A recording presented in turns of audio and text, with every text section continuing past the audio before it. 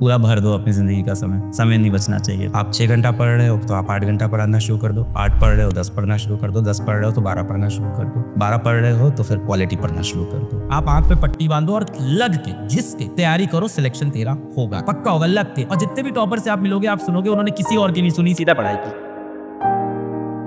दिन भर जब आपको लगता है आपको काम करना चाहिए तब आप किसी और चीज में फंसे रहते हो। करोगे क्या? आप बिजी हो जाओगे दोस्तों से बात करने। जिस समय आप उससे बात कर रहे हो उस टाइम आपके दिमाग में क्या चलता रहेगा? पढ़ाई करनी है, पढ़ाई करनी है। दिमाग में लगातार यहाँ से लगातार सिग्नल्स आ रहे हैं, पढ़ाई करनी है, पढ़ाई करनी है। पर दिमाग में बैठा है एक शैतान, वो कह रहा है कोई बात नहीं, हो जाएगा, हो जाएगा, चल बाबू आराम से बात कर, हो जाएगा, मैं संभाल लूंगा। फिर लगता है कि अब पढ़ाई करनी है, फिर लगता है 10 मिनट मोबाइल मत, और फिर दिमाग से लगातार सिग्नल आ रहा है कि अभी भी समय बाकी है, अभी भी पढ़ ले, अभी भी पढ़ ले। ये लगातार चलता रहता है। ये जो एक्सटर्नल वर्ल्ड है ये आपके दिमाग को अफेक्ट क्यों कर पा रहा है? क्योंकि आपका दिमाग कहीं ना कहीं खोखला हो गया। आपके अंदर अपने लिए, अपने एम के लिए, अपनी जिंदगी के लिए, अपने माँ बाप के लिए, अपने गोल के लिए सीरियसनेस खत्म हो चुकी है। इसीलिए एक्सटर्नल वर्ल्ड आपको अफेक्ट कर पाता है। आपकी जिंदगी में समय ही कैसे है? आपके पास समय ही कैसे बच रहा है कि आप दोस्तों से बैठ के चर्चा कर सकते हो, आप बैठ के मोबाइल स्क्रॉल कर सकते हो, आप इंस्टाग्राम पे रील शेयर कर सकते हो, रील देख सकते हो। आपके पास इतना समय बच कैसे रहा है? जाहिर सी बात है आपने अपनी जिंदगी में काफी समय खाली छोड़ रखा है, इस वजह से आपके पास समय बच रहा है। तो पहले तो अपनी जिंदगी का समय पूरी तरह से पूरा भर दो अपनी जिंदगी का समय नहीं बचना चाहिए। पहली चीज तो आपके पास है। आप 6 घंटा पढ़ रहे हो तो आप 8 घंटा पढ़ना शुरू कर दो, 8 पढ़ रहे हो 10 पढ़ना शुरू कर दो, 10 पढ़ रहे हो तो 12 पढ़ना शुरू कर दो, 12 पढ़ रहे हो तो फिर क्वालिटी पढ़ना शुरू कर दो। कहीं पे भी लिमिट खत्म नहीं हो रही है। आप आए हो यहाँ पे किस लिए? एक कॉम्पिटिटिव एग्जाम को क्लियर करने के लिए। इस समय आपके जीवन में क्या लक्ष्य क्या है? कॉम्पिटिटिव एग्जाम को कैसे भी क्लियर करना है, यही चल रहा है ना इस समय लक्ष्य आपका। इसका सोल्यूशन आप देखो तो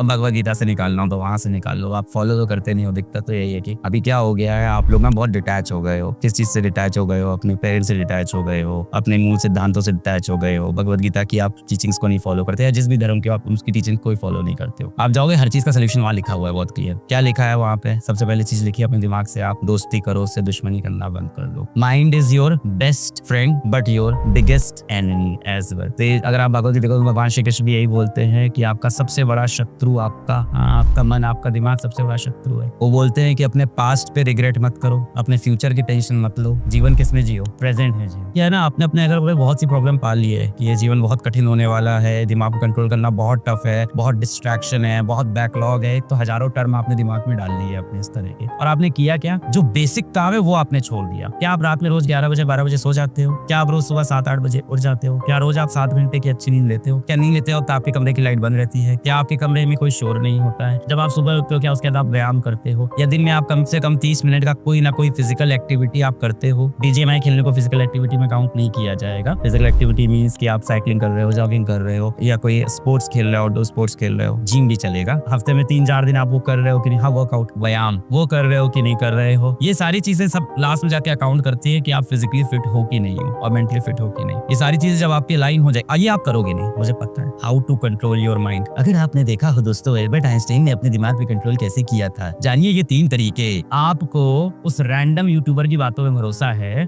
आपको उस इंसान पे भरोसा नहीं है जो दिन रात आपके लिए मजदूरी कर रहा है, मेहनत कर रहा है, आपके माँ बाप। आपको उस इंसान पे भरोसा नहीं है जिसने पूरी दुनिया बताई, श्री कृष्ण। तो जो चीज वहां लिखी है वो आप फॉलो ही नहीं करोगे। आप अपने क्वेश्चंस का आंसर ही गलत जगह ढूंढ रहे हो, रॉन्ग नंबर पे ढूंढते हो। मजाक नहीं है बेटा, ये 1% सिलेक्शन रेशियो है। 1% का सिलेक्शन रेशियो है। 10,000 बच्चे सेलेक्ट होंगे जब 12 लाख बच्चे, 14 लाख बच्चे एग्जाम में बैठते हैं। और जहां बोर्ड एग्जाम की बात करूं वहां बेटा 2 लाख बच्चों के 90% आते हैं, और यहाँ मैं बात करूं 10,000 बच्चा सेलेक्ट होता है। आप डिफरेंस समझो, एक तरफ 2 लाख बच्चों के 90% आना, तो वो उतना टफ नहीं था। आप यहाँ कम्पीट करोगे 14 लाख बच्चों के साथ। आईआईटी की बात करूं, नीट की बात करूं तो शायद 24 लाख बच्चों के साथ कम्पीट करोगे। और आईआईटी की बात करूं तो 14 लाख में से कुछ 10,000 बच्चा होगा या 12,000 बच्चा होगा जो आईआईटीज में जाएगा। नीट की बात करूं तो 24 लाख में से 40,000 बच्चा होगा जो गवर्नमेंट कॉलेजेस में जाएगा। और इसमें रिजर्वेशन हटा रहा हूं मैं, रिजर्वेशन की सीट्स भी इसके अंदर होंगी। ये रिजेक्शन का एग्जाम है, इसमें रिजेक्ट होना इज आम बात, सिलेक्ट होना इज अ खास बात। अगर आप सेलेक्ट हो गए तो बहुत खास बात है, बहुत ही खास बात है। इट्स नॉट लाइक जैसे आप मोहल्ले में निकलते हो, मेरे 90% आए, दूसरा बच्चा निकलता है मेरे भी 90% आए, तीसरा निकलता है मेरे भी 90% आए। यहाँ ऐसा नहीं होने वाला। यहाँ एक मोहल्ले में आप निकलोगे, मेरा आईआईटी में सिलेक्शन हुआ, आपको दूर दूर तक 4 मोहल्ले में दूसरा आईआईटीएन नहीं मिलता है, क्योंकि पूरे भारतवर्ष से 10-12 हजार बच्चे सिलेक्ट होते हैं। तो इसलिए आप आंख पे पट्टी बांधो और लग के घिस के तैयारी करो, सिलेक्शन तेरा होगा, पक्का होगा, लग के। और जितने भी टॉपर से आप मिलोगे आप सुनोगे उन्होंने किसी और की नहीं सुनी, सीधा पढ़ाई की। बैठ के आप जाओ पढ़ाई करो।